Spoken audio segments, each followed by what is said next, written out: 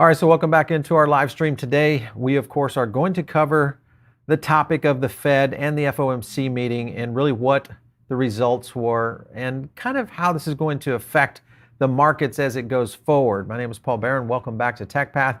Before we get started, I want to jump into a couple of things that I think you guys want to be aware of, and that is if you're getting ready for taxes, you got to be thinking about that. We have launched a new guide. If you go over to paulbarronnetwork.com, you'll find all of our cool tools there, but if you drop into the store, it's pretty simple.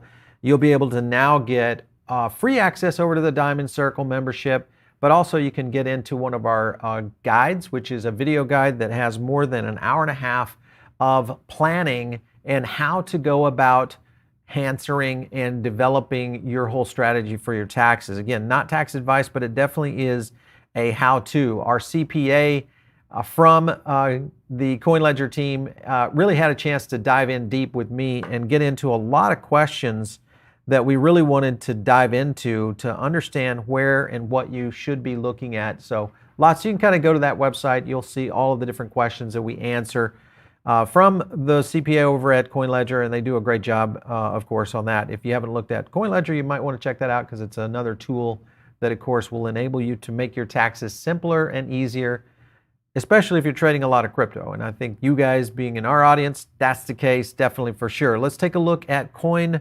market cap and where the market is holding right now. And that, of course, is at 1.7 trillion, so up quite a bit, almost 200 billion in just over the past 48 hours. 24-hour volume holding in at almost 100 billion, and Bitcoin dominance at 44 or 41.5. Let me kind of zoom in on that. ETH, of course, has fallen a little bit to 18.1. But if you look at the winners for the day, let's kind of zoom in on a couple of these. There are some big ones, of course. ETH is up 4%. We've seen a little bit of softening of the pressure on the market. Solana still a little bit slow right now. Solana definitely having some trials and tribulations they're going to have to get through. XRP flying at 5% right now.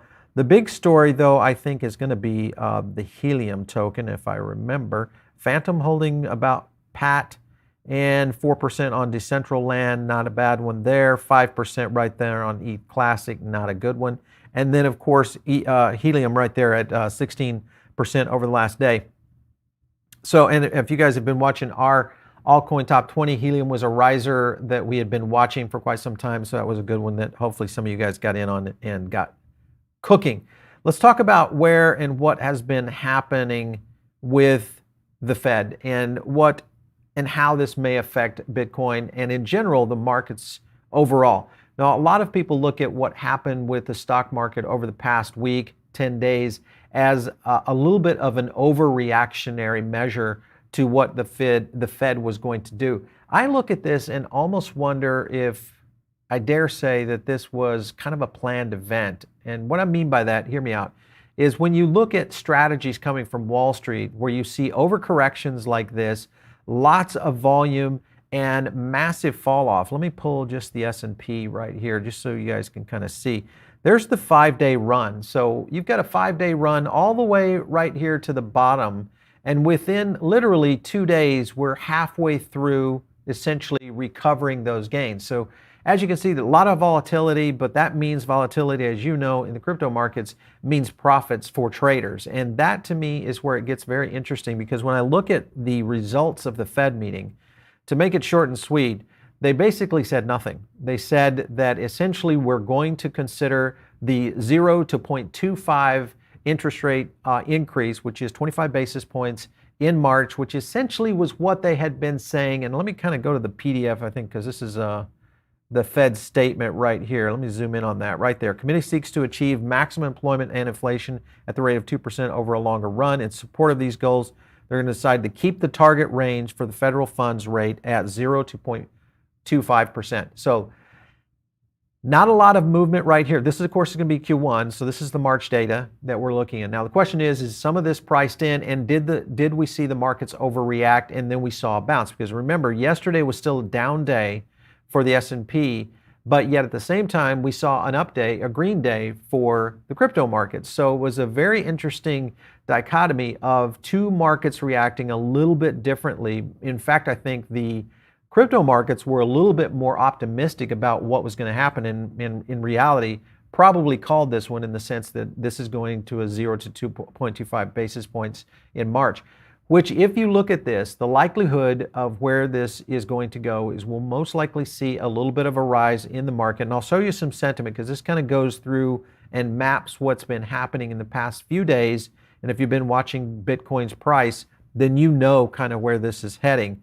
But some of the things that, of course, we've been watching is this element right here. And I think they wanted to drop into it. Obviously, the on-market committee, this is kind of where they were talking about the key point, which was the issue of the raise. But what I wanted to show right here was just in general, when you look at higher rates coming and what this has been over, what their plan is over the next couple of years, you can kind of see the ascension right here. Starting in January, there we are. March is right here, holding at the 0 to a quarter percent.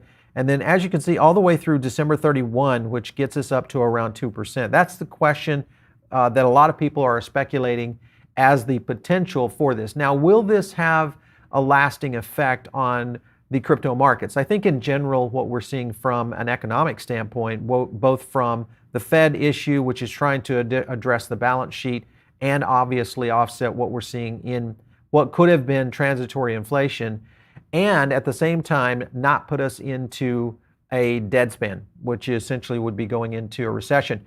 I think they've kind of sidestepped this, but at the same time becoming a little bit soft. I still am worried about the June date, which we'll see a lot of activity in May, and that's kind of the area that I'm mostly concerned about. March, a little bit, we're going to see some priced in lifts in the market. The question is going to be, is this a dead cat bounce, or is this potentially another skyrocket ride for Bitcoin and its alt companions? That will be the factor that I'm going to be watching very closely as we continue to see a lot of these flying up the charts.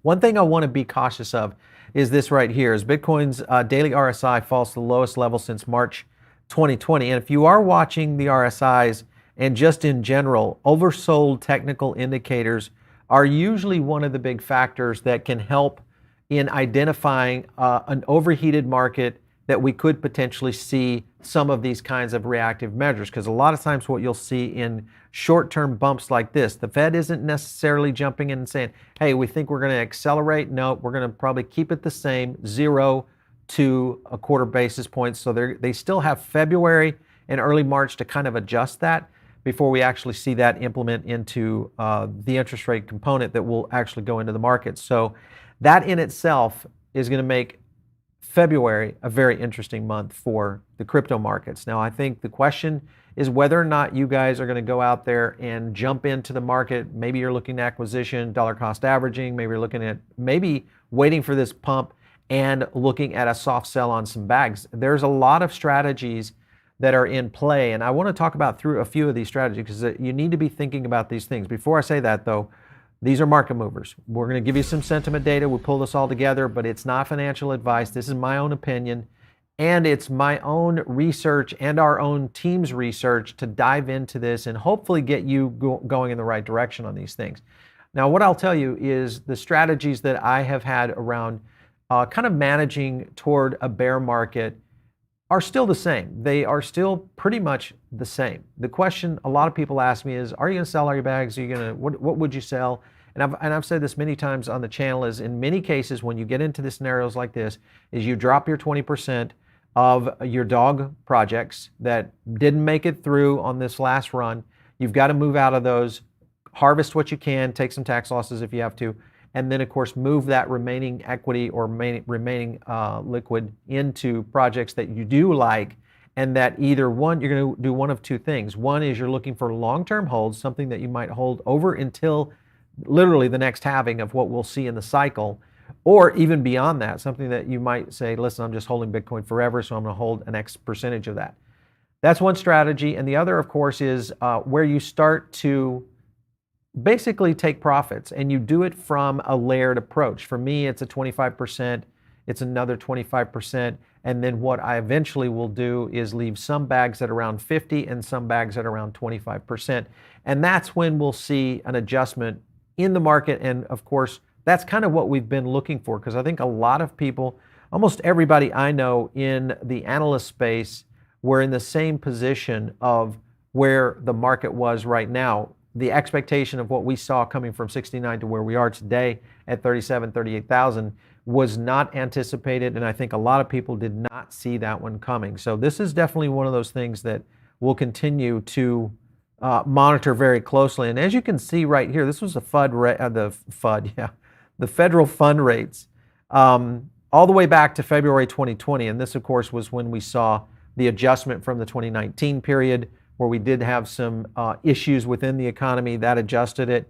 And then we saw the fall off in 2020, obvious reasons, we know why, with the pandemic. And we've pretty much stayed on these kind of basis points of 0.25 all the way through. So there's the April, everything's pretty much held. So this is essentially the first time we're really starting to see this affect the economy, and whether or not this will continue to move into that space. Just as a reminder, back again, S&P 500 bounces right there, off just over the past right there at 42.39, S&P 500.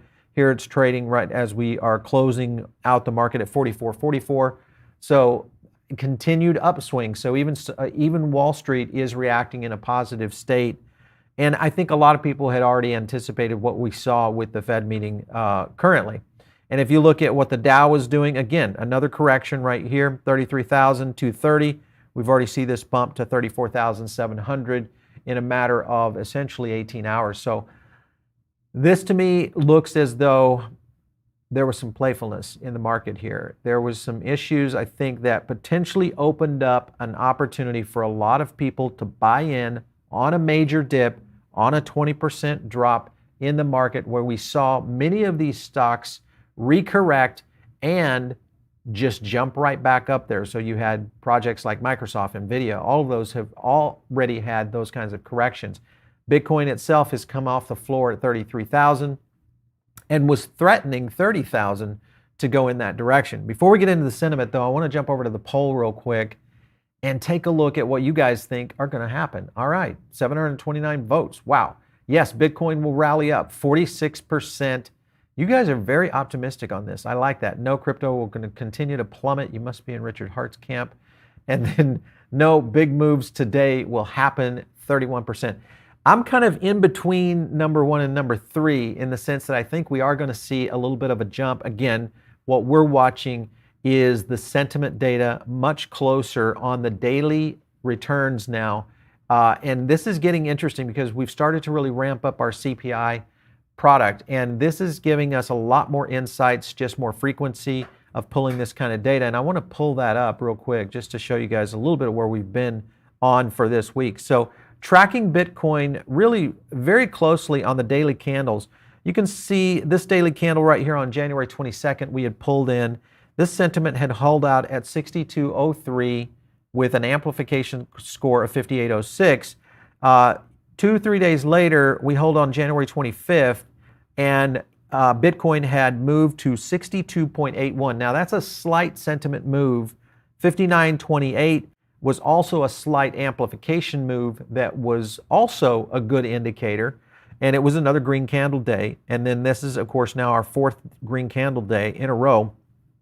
26th, of course, is the one I'm interested in. That is right now what we're seeing affecting the market as we speak, and that is a rate of 64, a sentiment score of 64.09, and an amplification score at 63.51. So this to me is a big issue, because a 2-point move in a market that we're monitoring so closely in a 12 to 24 hour span is a big move. So there are some FOMO aspects going in on Bitcoin right now. I would look at, and if we go in and look at, I just want to take a look at Market Cipher. Let me see if we can pull that up right now. Indices, let's go to Market Cipher B real quick and kind of take a squeeze in on this one of where this might be going, and squeeze it up a little bit here. Take a look at where Market Cipher B. So we've got the trend lines definitely coming in. We definitely want to bring in Evan Aldo back in on this, because as we continue to, and just print another green dot.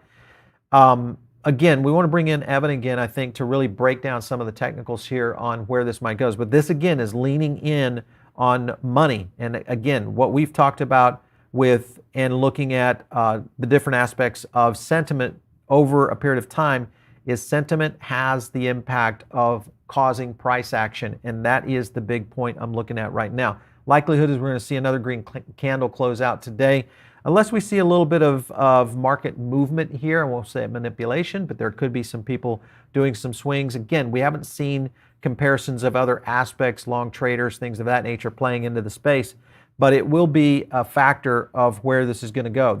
The tail for me to watch is if we hold a fifth green candle, and that would be tomorrow. On Thursday, if we hold a green candle tomorrow, even if it's a slight green candle, if we slide down in and we close just above what was our close, looks like our close was right at around 37,046. We're holding at 39,999. So it's really right on the bubble right now before we start to slide into the red. This is going to get really interesting as it starts to play out. So key here to watch is some of the altcoins. And as you saw with the chart there, Helium was way up, Elrond holding it at 3%, Sandbox up 5%, Filecoin up, Theta up. You can kind of see the market is definitely reacting. There's 6% on the graph. There's 6% on Stacks. That's the Miami coin baseline. And then there's Gala up 18.23%. So Gala made a nice recovery, almost a full recovery for the week. Let's see who else is in there. 10% on Engine. So the Metaverse projects have been continuing to somewhat hold their position, which is very interesting because I think as we see more and more of this, these Metaverse projects, the gaming projects, some of those I think may correct. Now, will they decouple? Again, we talk about that a lot on our Metaverse and gaming shows. And I think there are some of these projects that will start to separate from the pack. And there's just so many of those that are really happening in a good way. I want to get into the questions today because I know you guys have a lot and are concerned within the market itself. The good thing I hope is that some of you have seen at least some of your gains come back. Maybe some of you are looking at doing a little bit of a sell and maybe exiting a certain portion of the market. Maybe you're looking at some of these altcoins as they rise, reconsidering those positions. Hopefully, if you were in the market for buying, you got in on this dip and we saw it. And again, another scenario. If you've been in crypto for a long time, this is old hat. You've seen this so many times before. The real question is now, I think the skittishness in the market is real because of such a absolute fall off of what we saw here over the past 2 weeks. So that's the one I'm most concerned with. I think the concern is real. If you look at back here on where that market has come from, let me kind of squeeze that down just to see the market dive that you can kind of see that we're looking at. All the way back here to November 9th, where we're looking at right there, which was closing out on the top right there at 68,000. So your market position, I think, for a lot of people is still in the sense of looking at this kind of scenario that we're faced right here, which is the 46% correction, even after a little bit of the slight correction right now. I think that in itself has caused a little bit of the concern and also whether or not we'll see people, maybe taking earlier profits than they would have, which again gets me back to, could we see the blow off tops? Evan Aldo reported, earlier this week that he still thinks that we're going to see the 100K Bitcoin. More and more signs, at least from a sentiment aspect, yes, they point positive. We haven't seen sentiment really fall dramatically across the entire ecosystem. Sure, it's down when you see this, but when you see sentiment recover so quickly, it gives me faith in the market that we are still continuing to see a completely new economic market developing before our very eyes. All right, let's get into it.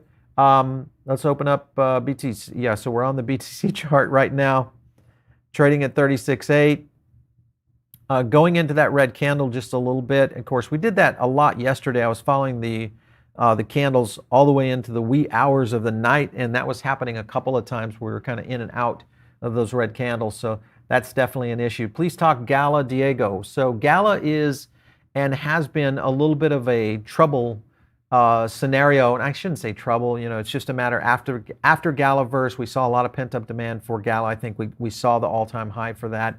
And when you look at where Gala is going, and also what that project can potentially do, it's still a good project. I just don't know until they start really popping off some big releases. as to whether or not we'll see Gala come back to that all-time high. That's the one that is a little shaky. I hope a lot of you guys sold your bags at the top because there was a great profit opportunity. All right, IMX pumping again. Just another one that's been on our top 20 for quite some time in the altcoins. We just covered that yesterday, and we continue to see those altcoins. That's another thing, guys. You really should follow those top 20s because the sentiment data that we pull in is looking at both arrears performance and current performance, and it gives us some insights as at least the tokens to start researching and understanding, like for instance, IMX. What kind of moves are they making, or is it just a FOMO or a scenario where we're seeing big purchases that are causing price action on that? So again, those sentiment deals. And check out that video. It's the top 20 altcoin video that you'll check into our feed there. Dan, let's go with you. Thanks for all the insight you provide. Any idea on the risky asset portfolio be finalized for microcap coins? Curious to see what your picks are. Yes, we are going to revisit that. I'd like for this market to correct just a little bit so we can kind of see where some real opportunities are. Because some of these, again, on those kinds of portfolios, I'm always prepared to go to zero. And you have to think about that when you're making those kind of bets, because those are much more risky portfolios than anything else I do.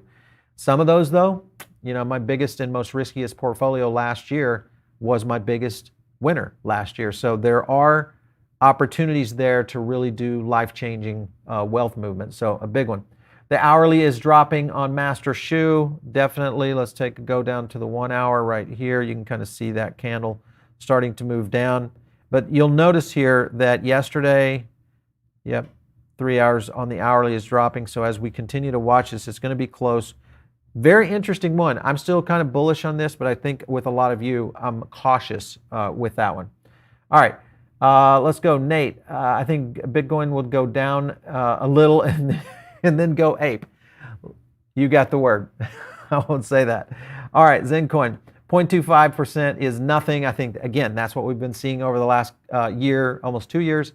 So you're right. That is a pretty much kick the can down the road. Let's adjust. But it does move to into 2024, which is perfect timing, too. If you think about that in the halving, to a 2%.